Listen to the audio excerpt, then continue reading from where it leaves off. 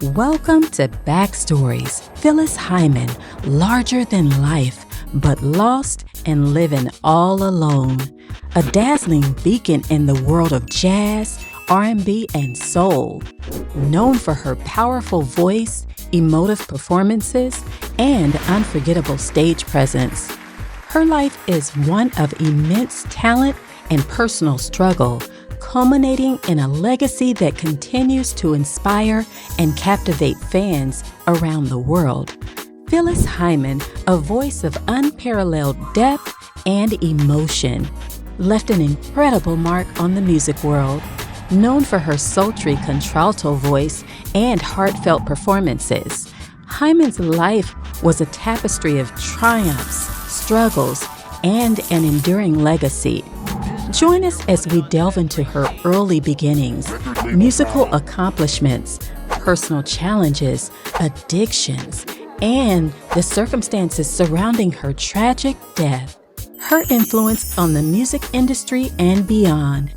If you haven't already, be sure to like and subscribe, and turn your notifications on so you don't miss out on any of our ever-evolving content. Now let's dive into the story of Phyllis Hyman.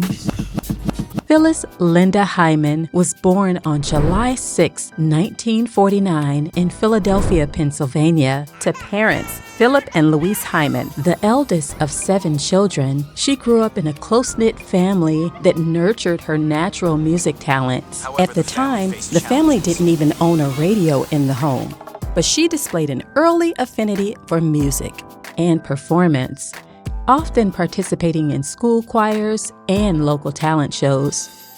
After graduating Carrick High School, she attended Robert Morris University briefly, but was drawn back to her true passion, music. Her early exposure to gospel and jazz laid the foundation for her future career. Phyllis Hyman began her career in the early 1970s, performing with local bands before joining the New York-based group, The New Direction. Her big break came when she was discovered by music producer Norman Connors, who featured her on his 1976 album, You Are My Starship. Her rendition of Betcha by Golly Wow became an instant classic and launched her career. Her debut solo album, Phyllis Hyman in 1977, marked the beginning of a prolific career characterized by soulful ballads and jazz-infused tracks. Phyllis's rich contralto voice and striking stage presence earned her acclaim, being able to showcase her vocal prowess and emotional depth. In the late 1970s, Phyllis Hyman's career underwent a significant shift when Clive Davis's label, Arista Records, acquired Buddha Records. This move placed Phyllis under the guidance of Davis, one of the music industry's most influential figures, who recognized her immense talent and saw her as a potential star. Davis's vision for Phyllis aimed to broaden her appeal to a mainstream audience, while retaining her jazz and soul roots. At Arista, she released some of her most iconic work, including the albums Somewhere in My Lifetime in 1979 and You Know How to Love Me, also in 1979. The latter's title track became one of her signature songs, showcasing her vocal mastery and cementing her place in the R&B and soul genres. While working with Arista provided her with greater exposure and high-caliber production, it also brought challenges. Phyllis, known for her jazz sensibilities and emotional authenticity, sometimes found herself at odds with the commercial demands of the label. Clive Davis's push for radio-friendly hits occasionally clashed with her artistic preferences, creating tension. Here's a great interview I found where Phyllis expressed the lack of diversity she sees in the entertainment business. Company. In other words, it's a minority-based company.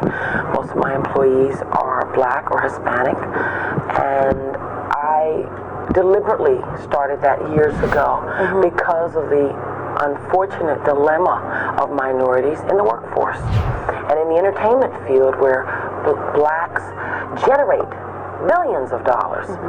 We don't often get the opportunity to reap the benefits from that money that we generate. And considering that I generate part of that billion, I'm going to take it back to the community that put me here in the first place. That's very important to me.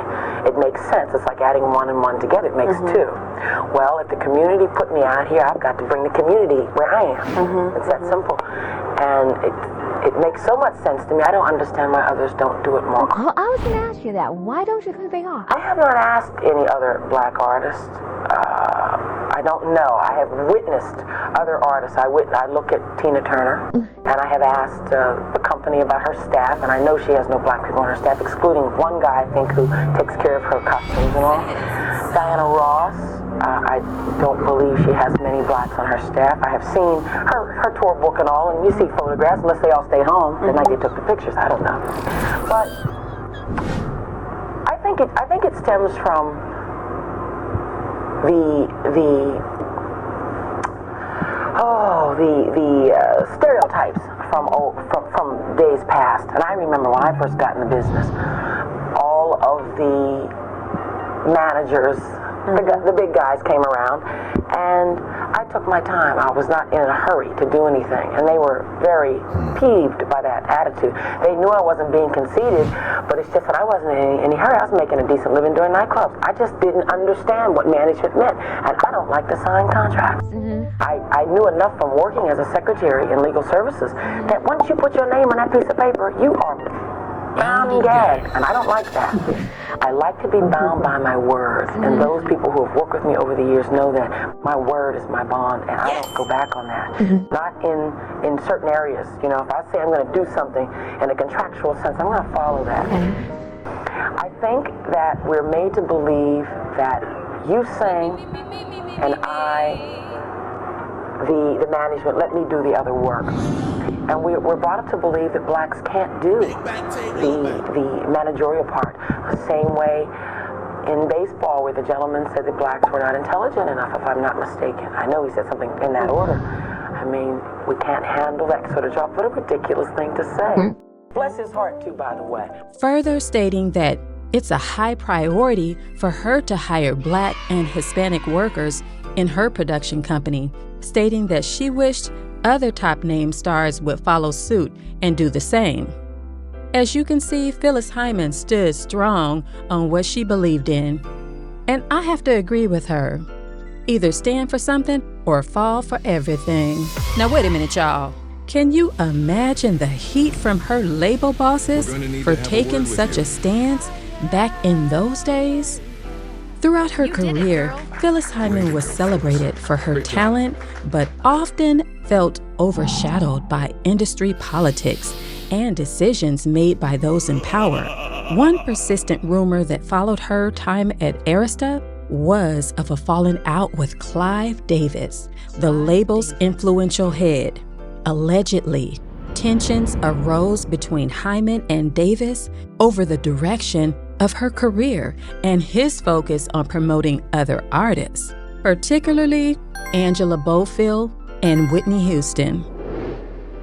Clive Davis was known for his hands-on approach to managing artists, shaping their sound and image to maximize commercial success. While this method propelled the careers of many artists, it often conflicted with Phyllis Hyman's desire for creative autonomy. Hyman, deeply rooted in jazz and soul, struggled with the label's push for more mainstream, pop-oriented material. She reportedly felt that Davis did not fully understand or support her artistic vision, leading to frustration on both sides. She decided not to record for 4 years due to contract discrepancies with Arista. However, she was still legally bound to Clive Davis and unable to record with any other label. Basically, to sum it up, she was barred from doing the very thing she loved most, creating songs with that magnificent voice we all love. At the same time, her label mate Angela Bofill, another immensely talented Arista artist, was gaining significant attention. Her music, which also blended jazz, R&B, and Latin influences, resonated with both critics and audiences, and she received considerable push and promotional support from the label. This led to speculation that Davis prioritized Bofill's career over Hyman's, causing tension between the two singers. Though there is no concrete evidence that Phyllis and Angela themselves had any personal animosity. Now back to Clive. The rumored falling out with Davis may have contributed to Phyllis feeling sidelined at Arista. While her albums and singles were well received by fans and critics, she believed the label did not do enough to market her work. For instance, songs like You Know How to Love Me, though considered a classic today, didn't achieve the commercial success she had hoped for. Phyllis also expressed dissatisfaction with being pushed towards songs and arrangements she didn't feel aligned with her strengths or artistic identity. The pressure to conform to the label's vision exacerbated her struggles with self-esteem and mental health, further complicating her relationship with Davis and Arista. Angela Bofill's rise under Arista coincided with Hyman's challenges, fueling rumors that Davis favored Bofill. However, the two artists occupied somewhat different niches. Bofill's Latin jazz-infused sound distinguished her from Hyman's more traditional jazz, soul, and R&B stylings. Despite the rumors, there is little evidence that any rivalry existed between the two women. In fact, both were known for respecting and supporting their peers in the industry. The industry is known for creating fake beefs to sell records, pitting one person against another for their financial gain. By the mid-1980s, the tension with Arista had reached a breaking point, and Phyllis left the label. Freed from its constraints, she returned to a sound that felt more authentic to her, producing some of the most emotionally resonant music of her career. While the rumors of a falling out with Clive Davis remained unconfirmed, they highlight the broader struggles Phyllis faced as an artist trying to balance creative integrity with the demands of a commercial music industry. Despite these challenges, Phyllis produced unforgettable music during this period. Songs like Can't We Fall in Love Again and The Answer Is You highlighted her ability to adapt to different styles without losing her unique essence. Her collaborations with top producers and songwriters like James M. Toomey, Reggie Lucas, and Tom Bell further refined her sound, blending lush arrangements with her deep, soulful voice. This period also marked the beginning of her public struggles with depression and the pressures of the industry.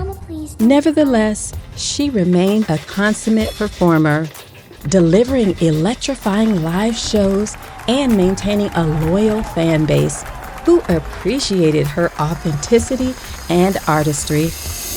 Phyllis Hyman was originally cast as Shug Avery in the 1985 film The Color Purple, but she lost the role after rubbing people the wrong way during a meeting with Whoopi Goldberg, Oprah Winfrey, Danny Glover, and the director Steven Spielberg.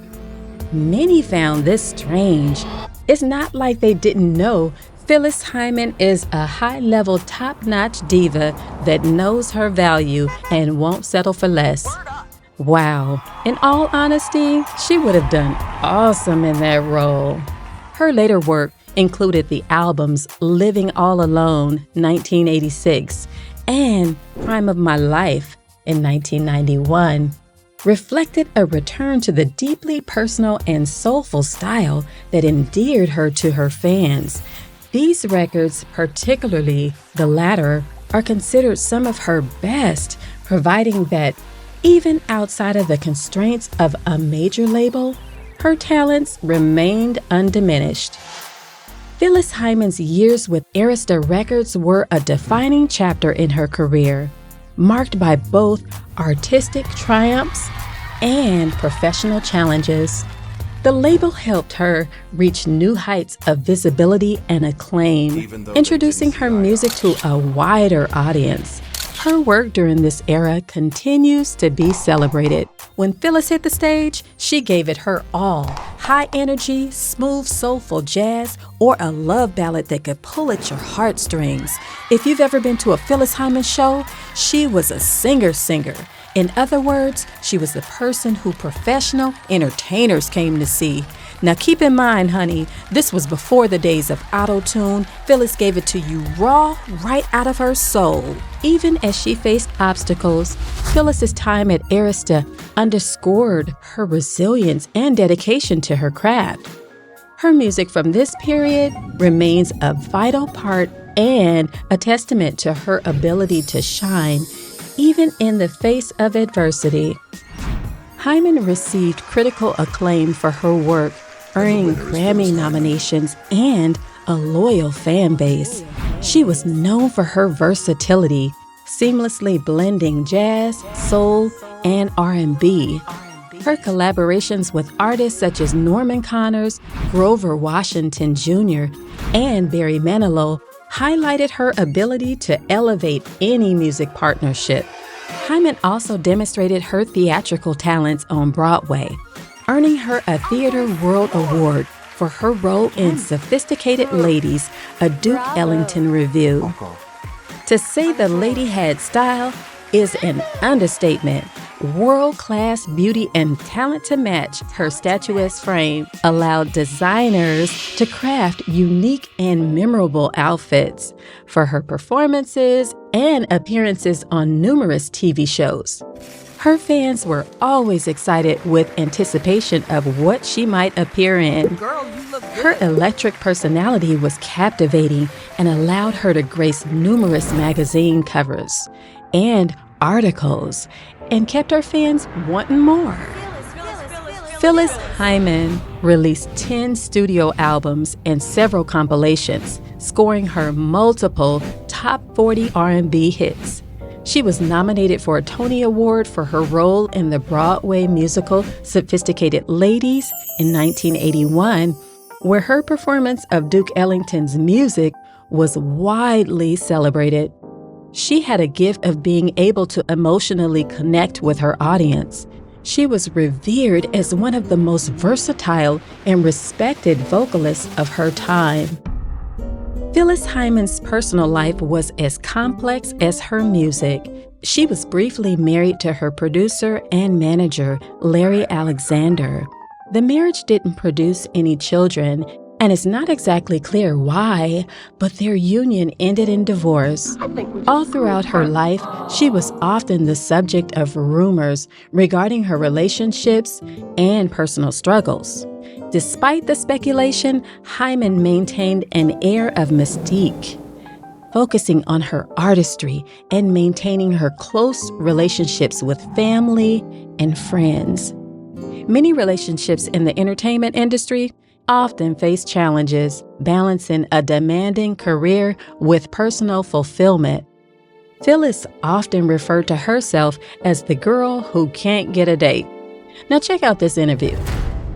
We know that old saying about sometimes the girls who are perceived to be the most beautiful and the most exotic who never get a date. To the average person, I probably seem overdressed to them. And I'll be perfectly honest with you, a lot of times guys just won't take the opportunity to go as far as to ask me out. That's unheard of. So I've gotten bold and I have gone beyond. Hyman faced numerous challenges, including struggles with weight, depression, and bipolar disorder. Phyllis's struggles with self-esteem and body image were well known.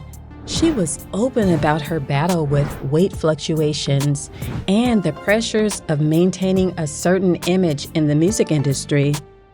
These challenges, combined with underlying mental health struggles, weighed heavily on her. These issues were compounded by the pressures of the music industry and her desire for perfection. She was open about her battles, using her platform to raise awareness about mental health.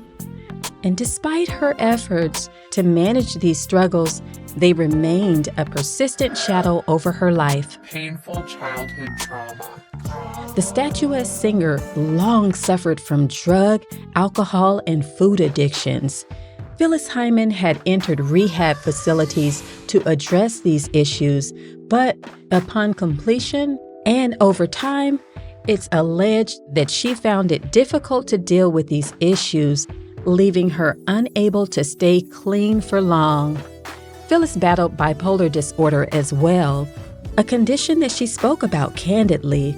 In addition to her mental health struggles, Phyllis faced rumors about substance abuse, though her close friends and collaborators often dismiss these as overly exaggerated or untrue.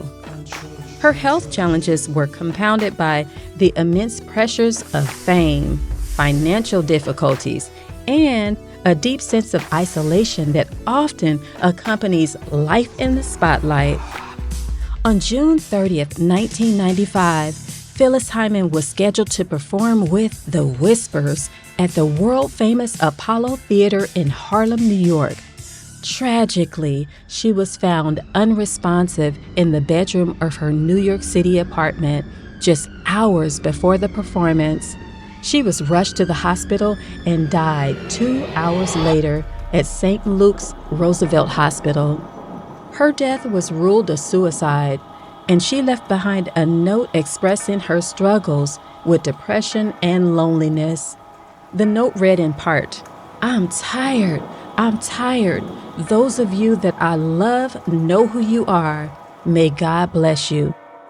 The talented singer overdosed on sleeping pills 6 days shy of her 46th birthday. The news, however, sent shockwaves through the music industry, leaving fans and fellow artists mourning the loss of a true icon. This truly highlights the immense pain she had endured privately. Phyllis Hyman's legacy continues to resonate. Her music, often described as timeless, remains a staple of classic R&B and jazz playlists, characterized by its honesty and emotional depth, remains a source of comfort and inspiration for listeners worldwide. Artists cite her as an influence, and her work is celebrated through tributes and retrospectives. From artists like Jill Scott, Anita Baker, Erykah Badu attest to her influence on subsequent generations. The release of posthumous compilations and the enduring popularity of her songs ensure that her contributions to music are never forgotten. In addition to her musical achievements, her openness about mental health struggles has sparked important conversations and provided solace to others facing similar challenges.